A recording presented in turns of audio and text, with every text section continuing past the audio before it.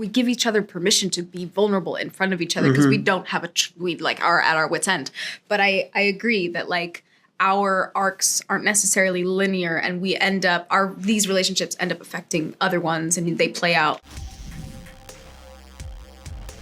Your two characters have a really interesting dynamic with each other, and I'm curious how you would describe how your two characters' perspectives on each other change over the course of the movie. One of the things that's great about the movie is the intensity with which things happen. So there aren't huge character arcs the way there are in a normal trajectory of a story. Yeah. You know, we're shot out of a cannon.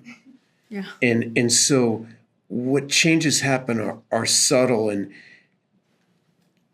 things that happen between you and I in the movie become manifest later in a scene that I have with Myha'la, but you become manifest with you and Julia. Yeah. So they don't run on a straight.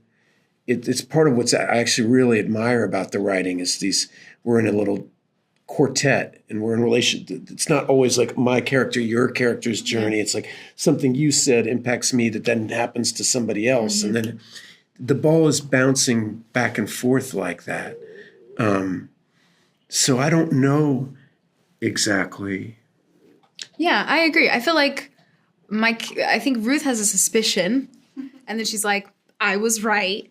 And then they still, you know, because of the circumstances, we crave each other because of the outside world's going crazy. You know, we then do have an authentic moment of connection, or we give each other permission to be vulnerable in front of each other because we don't have we like are at our wit's end.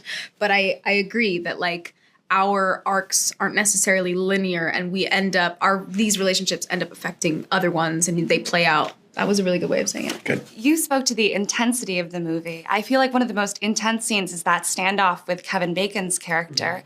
Can you describe what filming that scene was like? It's really difficult.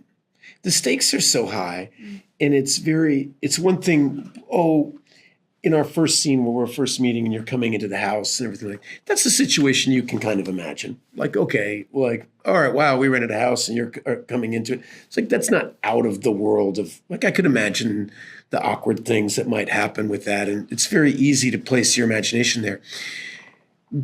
Feeling like the world is coming to an end and begging for medicine for your child or they're going to die is a little bit out of my wheelhouse of life experience. And so you have to really push yourself there, and you need a kind of collective amount. You need everybody to buy in. Yeah. And I don't know if you have that amazing scene with Julia at the end. Just the stakes are so high, and so it's intense, and it's a dream state. I know, Ethan, you'll also be returning for Black Phone 2, which a lot of people are excited about. I'm curious what you're hoping to explore with the grabber that you haven't been able to yet. I have no idea. I have no idea what I'm trying to explore with my life. I'm an actor, and I really enjoy storytelling in all its, there's a place for a small art film, and there's a place for a love story, and there's place for let's get together and watch a movie at midnight and scare the hell out of each other, right?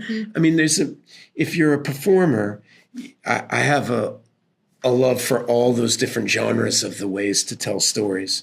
And I've spent my life trying to push myself to do different kinds of things. That director, Scott Derrickson, is really brilliant. And if he asks me to do something, I'll do it.